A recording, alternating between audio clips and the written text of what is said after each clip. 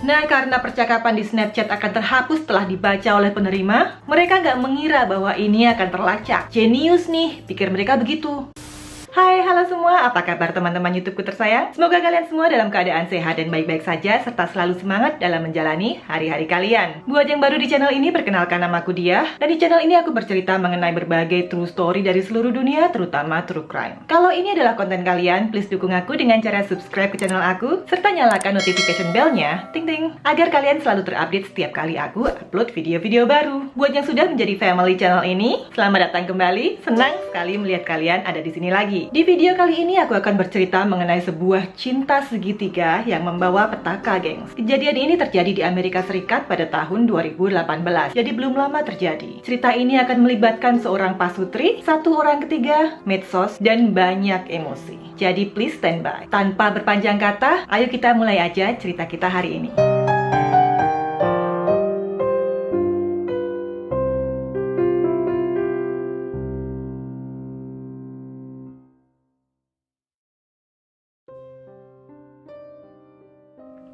Pasangan kita dalam cerita hari ini adalah Tyrone dan Kimia Hassel. Sang suami, Tyrone Hassel III, nama lengkapnya, seperti ditakdirkan untuk berkarir di militer. Dia adalah seorang tentara yang berprestasi, atletis, dan memiliki rasa keadilan yang kuat. Tyrone menjadi tentara Angkatan Darat Amerika Serikat atau US Army pada tahun 2015 ketika dia berusia 20 tahun. Dan karena dia berprestasi, karirnya cepat naik, gengs. Pekerjaan dan keluarga menjadi segalanya bagi Tyrone ini. Tyrone menikah dengan seorang wanita bernama Kimia pada tahun 2016. Kimia ini juga adalah seorang tentara di Angkatan Darat juga, dengan pangkat spesialis pada tahun 2016, gengs. Sebagai tentara, mereka tuh terbiasa dengan mendahulukan dan melindungi kepentingan orang lain, kepentingan negara dan umum, dibandingkan dengan kepentingan mereka sendiri. Dan kehidupan rumah tangga mereka juga selalu kelihatan bahagia, gengs. Tyrone terlihat sangat menyayangi Kimia, dan demikian pun Kimia terlihat berbunga-bunga. Dan mereka juga segera dikaruniai seorang anak laki-laki di tahun mereka menikah tersebut, di tahun 2016. Mereka sayang banget sama si buah hati mereka ini. Kehidupan mereka semakin sempurna ketika mereka ditugaskan bersama di Korea Selatan pada tahun 2017. Mereka terlihat seperti siap untuk menyongsong babak baru dalam kehidupan mereka, gengs. Sepertinya mereka adalah pasangan yang sempurna, kan? Sebuah keluarga kecil yang berbahagia. Namun, ada sesuatu yang tidak kelihatan di permukaan, gengs. Seperti aku bilang tadi, gengs, Tyrone dan Kimia dua-duanya ditugaskan bersama di Korea Selatan pada tahun 2017,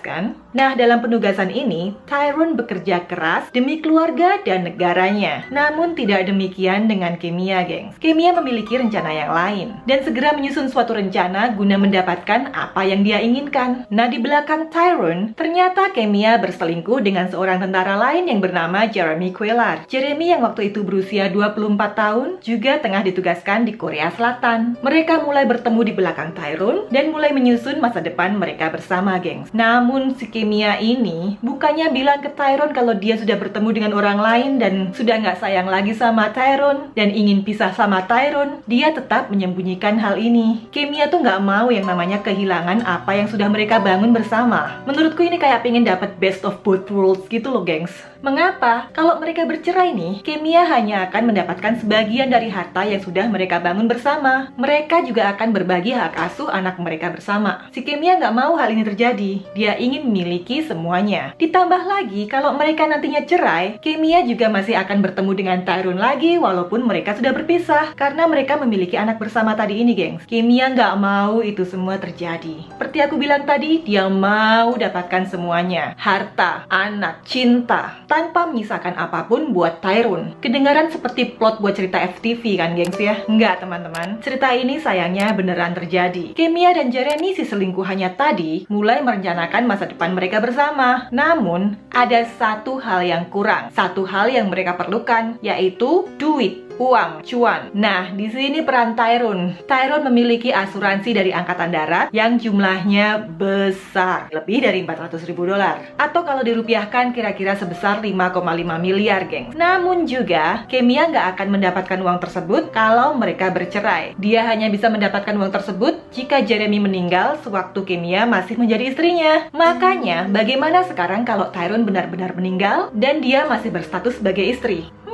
Kemudian Kemia dan Jeremy mulai merencanakan untuk membunuh Tyrone. Untuk menghindari percakapan mereka dilacak nih gengs, mereka mulai berkomunikasi dengan menggunakan medsos yang namanya Snapchat. Siapa dari kalian yang menggunakan Snapchat? Buat pengguna Snapchat pasti tahu bahwa pesan yang dikirimkan akan hilang setelah dibaca oleh penerima. Nah, si pasangan ini juga percaya demikian gengs. Mereka percaya bahwa pesan-pesan di Snapchat akan terhapus setelah dibaca dan tidak akan terdeteksi oleh polisi. Nah, makanya app ini populer banget di Amerika dan Eropa, di mana para penggunanya sangat menghargai yang namanya privasi. Sedikit aja side note, makanya sempat beredar kan hashtag No Indonesian Girls. Ingat nggak? Nah, ini karena cewek-cewek Indonesia screenshot percakapan mereka dan di-repost di sosial media yang lainnya. Jangan lakukan itu ya. Well, anyway, selama berbulan-bulan mereka saling berkirim pesan melalui Snapchat mengenai bagaimana mereka akan membunuh Tyrone ini, gengs. Tyrone sama sekali enggak curiga apa yang sedang istrinya rencanakan ini karena dia sangat sayang ke istrinya. Kemudian setelah itu, ketiganya ditugaskan lagi ke Amerika Serikat, di Fort Stewart, di Georgia. Dan bagi Kemia dan Jeremy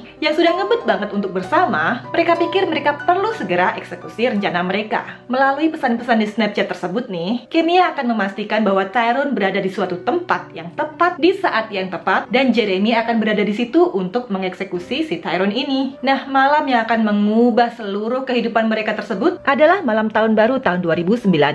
Hari itu tanggal 31 Desember 2018, Tyrone dan Kemia tengah mengunjungi keluarga ayah Tyrone di St. Joseph Township di Michigan. Mereka saat itu masih cuti Natal dan Tahun Baru. Sore tersebut, Tyrone pergi menghadiri suatu acara keluarga Tahun Baruan dan meninggalkan Kemia di rumah ayahnya. Mungkin Kemia nggak ikut karena mereka masih punya anak kecil kali ya. Aku nggak tahu kenapa. Nah, sebelum pukul 11 malam, Tyrone ini mengirim pesan ke Kemia. Bilang ke istrinya begini, bahwa dia akan segera pulang dengan membawakan makanan bagi Kemia ini, geng. So sweet, sayang banget kan dia sama si Kemia, perhatian banget. Nah, Tyrone ini kemudian meninggalkan pesta tersebut sebelum lonceng tahun baru berbunyi, dan dia hampir sampai ke rumah ayahnya ketika Jeremy menembaknya di kepala dan lehernya sebelum kemudian menghilang di tengah kegelapan malam itu, gengs. Nah, mendengar suara tembakan nih, gengs, Kemia kemudian segera lari keluar, dan ketika dia menemukan Tyrone terluka, dia segera menelpon 911 dan dia bilang bahwa suaminya telah ditembak oleh seseorang dan terluka sekarang. Suara Kemia itu terlihat histeris, gengs. Nah, paramedik kemudian segera meluncur ke lokasi kan, tapi kemudian Tyrone sayangnya meninggal di rumah sakit, gengs. Selama kejadian ini nih, gengs, Kemia terlihat seolah-olah sedang berduka atas meninggalnya si suami tercinta ini. Dia bahkan tinggal di rumah keluarga Tyrone dan membiarkan keluarga Tyrone ini untuk menenangkan dia. Yang sabar ya kamu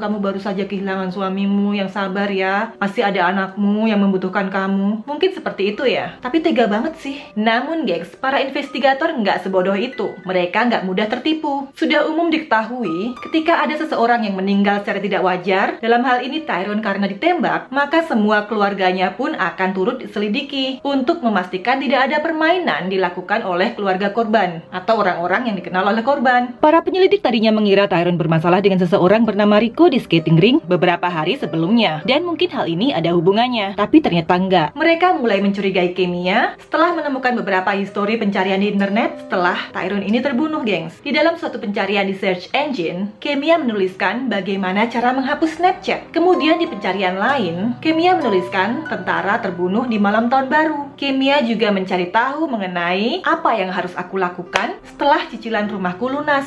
Kemia kemudian dibawa ke kantor polisi untuk diinterogasi, gengs. Dan setelah lama sekali dia menyangkal terlibat dalam pembunuhan Tyrone, dia akhirnya mengaku. Kemia dengan tenangnya berbicara mengenai betapa tidak bahagianya dia dalam pernikahannya, namun dia tidak mau menceraikan Tyrone, karena dengan demikian dia tidak bisa mengklaim asuransi jiwanya. Ini ayah dari anakmu loh. Dia juga mengakui bahwa dia berselingkuh dengan Jeremy, dan Tyrone adalah alasan satu-satunya kenapa dia tidak bisa bersama dengan Jeremy, gengs. Lalu kemudian mereka menyelidiki Jeremy, dan coba tebak apa, gengs? HP si Jeremy dideteksi berada di area Michigan, di sekitar TKP, padahal si Jeremy ini tidak ada alasan apapun untuk berada di sekitar area tersebut. Tidak ada teman, saudara, keluarga, atau siapapun yang dikenal oleh Jeremy di area tersebut, kecuali Tyrone dan Kemia ini. Jeremy pun kemudian segera ditahan dengan uang tebusan sebesar $2,5 juta dolar, gengs. Pengacara si Jeremy nih sempat bilang bahwa akan sulit untuk mendakwa Jeremy atas penembakan tersebut karena tidak ada saksi. Dan tebak, gengs, ketika kasus ini akhirnya disidangkan, Kimia bilang gini dong, bahwa dia dipaksa mengaku bersalah atas kejahatan tersebut oleh polisi. Kemudian di sidang selanjutnya, pengacara Kimia nih bersikeras bahwa si Kimia ini telah diinterogasi dalam jangka waktu yang sangat lama, sehingga dia akhirnya frustrasi dan telah dimanipulasi untuk mengaku. What? Nah, pengacaranya tuh bilang gini, gengs. Dia, Kimia, memang berselingkuh dengan Jeremy Quellar. Namun hal ini tidak membuktikan bahwa dia terlibat dalam rencana untuk membunuh suaminya sendiri. Apakah hal tersebut membuat Kimia seorang istri yang buruk? Tentu. Apakah itu mengurangi rasa hormat orang kepadanya? Tentu. Tapi hal tersebut tidak membuktikan adanya konspirasi dan tidak membuktikan adanya niat untuk membunuh. Kemudian lebih lanjut, si pengacara Kimia ini juga bilang bahwa Kimia tahu Jeremy ingin membunuh Tyrone, tapi dia tidak menyangka bahwa Jeremy benar-benar akan melakukannya, gengs. Namun, gengs, pihak penyelidik tidak percaya begitu saja. Namanya juga pengacara pembela, pasti akan melakukan apapun untuk membela kliennya, ya nggak? Dan untungnya nih, Kimia ketahuan ketika sedang berbicara dengan ibunya dari penjara. Dia bilang ke ibunya bahwa dia tidak dipaksa oleh polisi untuk mengaku bersalah atas penembakan tersebut, dan bahwa dia juga telah merencanakan semua hal ini, gengs. Jaksa penuntut menyatakan bahwa Kimia lah dalang dibalik pembunuhan suaminya, gengs. Ya Allah, gengs, cuma demi duit, nggak paham deh apa yang orang bisa lakukan cuman demi cuan doang. Nah, apa yang terjadi di malam itu, gengs? Ternyata Kimia telah memberikan Jeremy update situasi dari menit ke menitnya untuk memastikan bahwa Jeremy tahu di mana Tyrone akan berada sehingga dia bisa mengeksekusi rencana mereka tadi. Jaksa penuntut bilang begini, Kimia Hassel tidak berbahagia dengan pernikahannya. Kemudian dia merencanakan pembunuhan dengan selingkuhannya, Jeremy Quellar. Dan pada akhirnya, kalian akan melihat dari bukti-bukti yang ada bahwa semuanya adalah tentang Kimia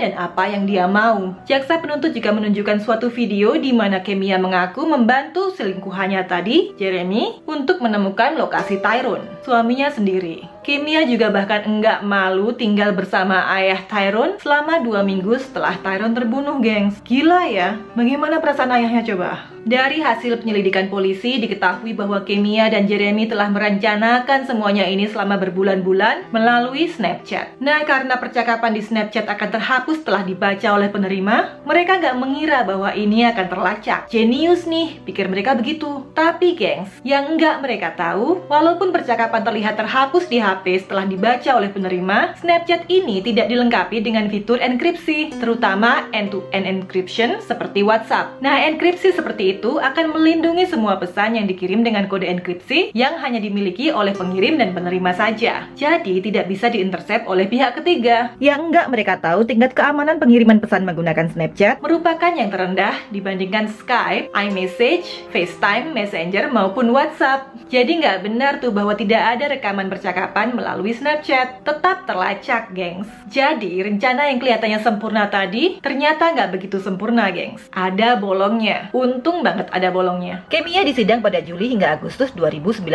Pada sidang hari ketiga, para juri memutuskan setelah hanya 1 jam masa sidang tersebut bahwa Kimia bersalah atas pembunuhan tingkat pertama dan konspirasi untuk melakukan pembunuhan terhadap suaminya sendiri. Kimia kemudian dijatuhi hukuman penjara seumur hidup tanpa kemungkinan mendapatkan parol atau pembebasan bersyarat, gengs. Kimia juga diberikan kesempatan untuk berbicara dengan keluarga Tyrone, namun dia tidak mengambil kesempatan tersebut. Malu kali ya? Nggak tahu deh aku. Kemudian Jeremy dalam sidang di bulan September 2019 mengaku bersalah atas pembunuhan tingkat kedua, gengs. Jeremy mengaku bersalah tersebut karena dia mencoba menghindari lama hukuman yang diajukan jaksa karena jaksa menuntut dia dengan pembunuhan tingkat pertama jika dia maju ke sidang dengan tidak mengaku bersalah, gengs. Selanjutnya, Jeremy menerima hukuman minimal 65 tahun di balik jeruji penjara. Setimpal ya menurut aku. Hakim yang menjatuhkan hukuman penjara ke Jeremy bilang ke Jeremy begini, gengs. Kamu memilih duit dibandingkan nyawa seseorang. Jelek banget ya, gengs ya. Jeremy mengakui menyesal dan dia ingin meminta maaf kepada keluarga Tyrone. Jeremy menyampaikan di sidang bahwa dia menyesal telah mempercayai Kimia dan tidak melihat pribadi Tyrone yang sebenarnya. Lebih lanjut, Jeremy juga bilang bahwa dia ingin minta maaf kepada Angkatan Darat atau US Army dan bahwa masuk ke US Army adalah hal terbaik yang pernah terjadi dalam hidupnya. Baik Kimia maupun Jeremy mengira mereka telah menemukan cinta sejati dalam diri masing-masing, namun sayangnya mereka berdua tuh menghalalkan semua cara, segala cara mereka demi mendapatkan apa yang mereka mau. Yang sedih banget tuh gengs, tentu aja si keluarga Tyrone, apalagi anaknya nanti ya. Ayah Tyrone yang juga bernama Tyrone, selanjutnya aku sebut ayah Tyrone aja ya. Ayah Tyrone mengaku bahwa susah banget bagi dia tuh untuk mendengarkan rekaman pengakuan Kemia, karena dia tidak mendengar adanya nada penyesalan sama sekali keluar dari Kemia, gengs. Jadi Kemia tidak terlihat menyesal, gengs. Wah, kok dingin banget ternyata si Kemia ya.